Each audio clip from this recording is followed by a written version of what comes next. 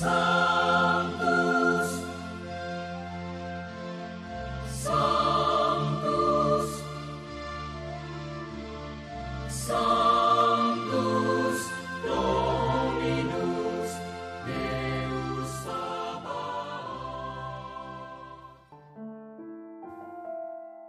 Bapak, Ibu, dan saudara-saudariku yang terkasih dalam Tuhan kita Yesus Kristus, salam sejahtera untuk kita semua. Marilah kita mendengarkan dan merenungkan bacaan-bacaan kitab suci hari Senin tanggal 9 Oktober tahun 2023. Bacaan pertama dari Nubuat Yunus bab 1 ayat 1 sampai 17 dan bab 2 ayat 10. Datanglah sabda Tuhan kepada Yunus bin Amitai demikian. Bangunlah, pergilah ke Niniwe, kota yang besar itu, dan berserulah terhadap mereka, sebab kejahatannya telah sampai kepadaku. Tetapi Yunus bersiap untuk melarikan diri ke Tarsis, jauh dari hadapan Tuhan. Ia pergi ke Yafo dan di sana mendapat sebuah kapal yang akan berangkat ke Tarsis. Ia membayar biaya perjalanannya, lalu naik kapal itu untuk berlayar bersama-sama dengan mereka ke Tarsis, jauh dari hadapan Tuhan. Tetapi Tuhan menurunkan angin ribut ke laut. Lalu terjadilah badai besar, sehingga kapal itu hampir terpukul hancur. Awak kapal menjadi takut, masing-masing berteriak kepada Allahnya, dan mereka membuang segala muatan ke dalam laut untuk meringankan kapal. Tetapi Yunus telah turun ke dalam ruang kapal yang paling bawah dan berbaring di situ, lalu tertidur dengan nyenyak. Datanglah nakoda mendapatkannya sambil berkata, "Bagaimana mungkin engkau tidur begitu nyenyak? Bangunlah, berserulah kepada Allahmu. Barangkali Allahmu itu akan mengindahkan kita sehingga kita tidak binasa." Lalu berkatalah mereka satu sama lain, "Marilah kita buang undi supaya kita tahu karena siapa kita ditimpa malapetaka ini." Mereka lalu membuang undi dan Yunuslah yang kena. Maka berkatalah mereka kepadanya, "Beritahu kami, karena siapa kita ditimpa malapetaka ini? Apa pekerjaanmu dan dari mana engkau datang? Manakah negerimu dan dari bangsa manakah engkau?" Sahut Yunus kepada mereka, "Aku ini seorang Ibrani. Aku takwa pada Tuhan, Allah yang menguasai langit, yang telah menjadikan laut dan daratan." Orang-orang itu menjadi sangat takut, lalu berkata kepadanya, "Apa yang telah kau perbuat?"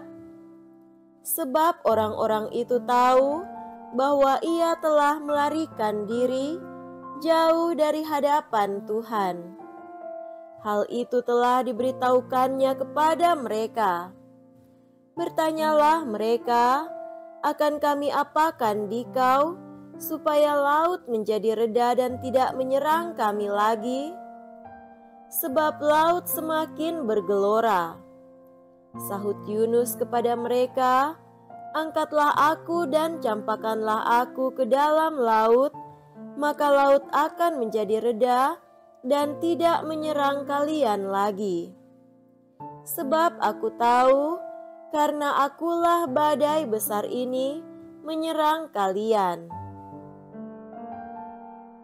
Lalu berdayunglah orang-orang itu dengan sekuat tenaga untuk membawa kapal itu kembali ke darat, tetapi mereka tidak sanggup, sebab laut semakin bergelora menyerang mereka. Lalu berserulah mereka kepada Tuhan, katanya, "Ya Tuhan, janganlah kiranya Engkau biarkan kami binasa karena nyawa orang ini, dan janganlah Engkau tanggungkan kepada kami darah orang yang tidak bersalah, sebab Engkau Tuhan telah berbuat seperti yang Kau kehendaki." Kemudian mereka mengangkat Yunus dan mencampakkannya ke dalam laut. Maka laut berhenti mengamuk. Orang-orang itu menjadi sangat takut kepada Tuhan, lalu mempersembahkan kurban sembelihan kepada Tuhan, serta mengikrarkan nazar. Maka atas penentuan Tuhan, datanglah seekor ikan besar yang menelan Yunus. Dan Yunus tinggal di dalam perut ikan itu 3 hari 3 malam lamanya.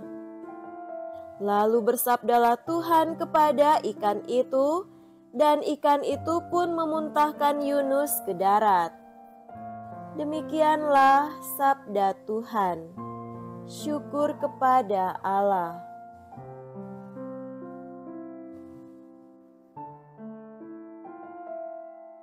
Semoga Tuhan beserta kita sekarang dan selama-lamanya.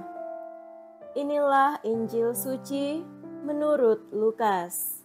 Dimuliakanlah Tuhan. Injil Lukas bab 10 ayat 25 sampai 37. Pada suatu ketika, seorang ahli kitab berdiri hendak mencobai Yesus. "Guru, apakah yang harus kulakukan untuk memperoleh hidup yang kekal?" Jawab Yesus kepadanya, "Apa yang tertulis dalam hukum Taurat? Apa yang kau baca di sana?"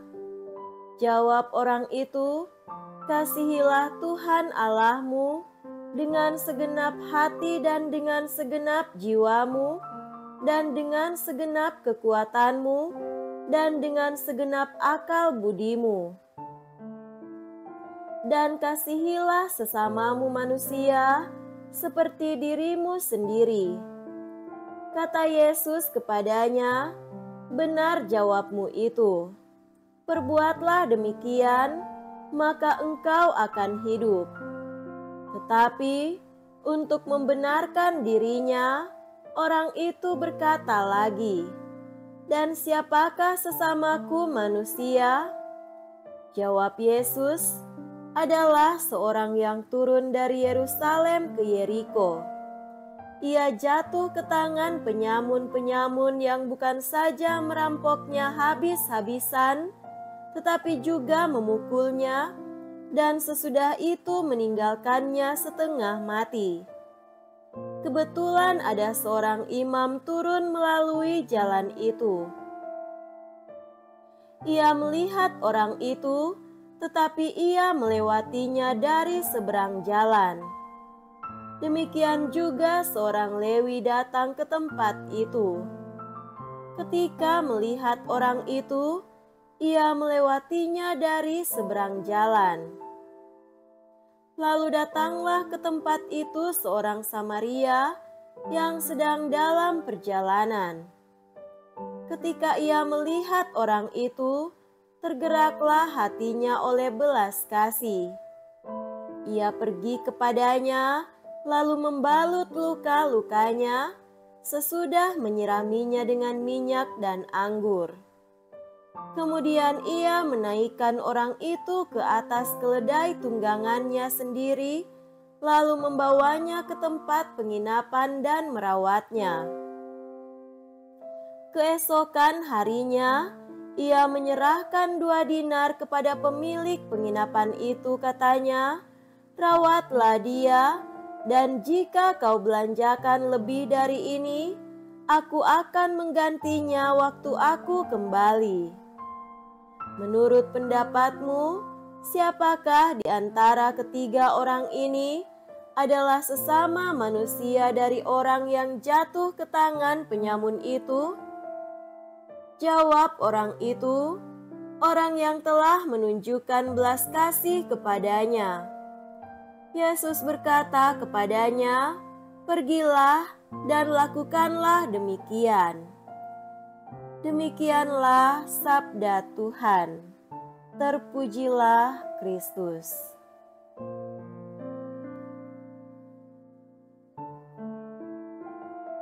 Saudara-saudariku yang terkasih dalam Tuhan kita Yesus Kristus, tema renungan kita pada hari ini adalah masih memiliki sesama.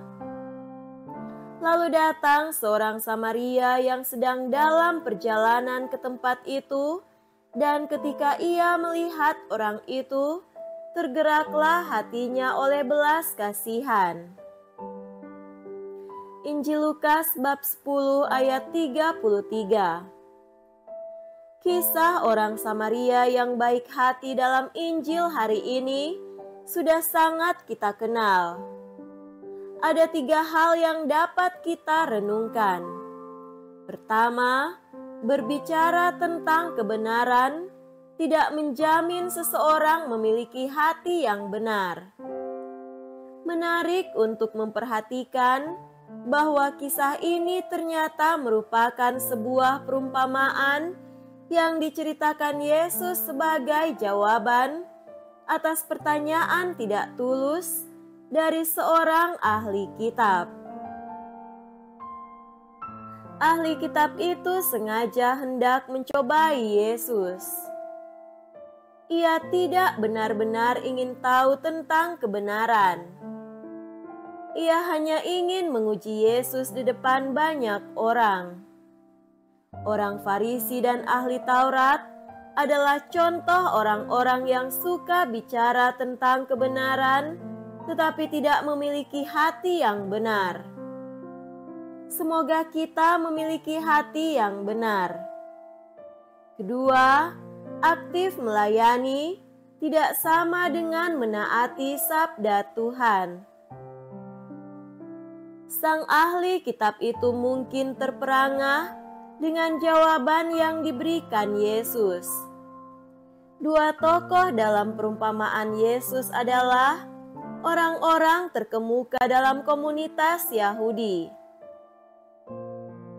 Seorang imam dan seorang Lewi, suku yang dikhususkan untuk melayani bait Allah. Mereka tahu betul tentang hukum-hukum Allah, bahkan selalu mengatakan tentang kebenaran di depan umat Allah. Sayangnya, keterlibatan aktif dalam pelayanan tidak berarti seseorang menaati sabda Tuhan. Ketika diperhadapkan pada kebutuhan sesamanya, baik sang imam maupun orang Lewi sama-sama tidak mau mempraktekkan kebenaran yang mereka ketahui dan beritakan. Mungkin mereka takut mengambil resiko menolong orang yang belum mereka kenal. Lagi pula, mungkin mereka sangat sibuk dan sedang terburu-buru. Bukankah kita pun kerap demikian? Keaktifan kita melayani bukan jaminan bahwa kita selalu menaati sabda Tuhan. Ketiga, Tuhan menghendaki kita mengasihi sesama manusia, bukan manusia yang sama dengan kita. Perumpamaan ini adalah jawaban Yesus atas pertanyaan sang ahli Taurat. Siapakah sesamaku manusia? Ia mungkin berharap Yesus akan menyebutkan kriteria tertentu yang kemudian bisa disanggahnya. Tetapi Yesus malah memberikan perumpamaan yang mengejutkan. Orang Samaria adalah keturunan Yahudi yang sudah berdarah campuran sehingga dihindari oleh orang Yahudi asli.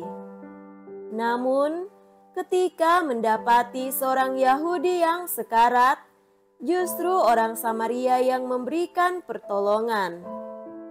Sungguh sebuah contoh yang dramatis. Orang yang ditolongnya bukan hanya berasal dari kaum yang berbeda, tetapi yang selama ini juga menghina dan mengasingkan kaumnya. Sebagai pengikut Kristus, kita pun dipanggil melakukan hal yang sama. Mengasihi sesama manusia bukan karena mereka sama dengan kita atau berbuat baik kepada kita, tetapi karena Tuhan menghendaki kita menyatakan kasih-Nya kepada sesama kita, termasuk orang-orang yang pernah menyakiti kita. Semoga demikian. Amin.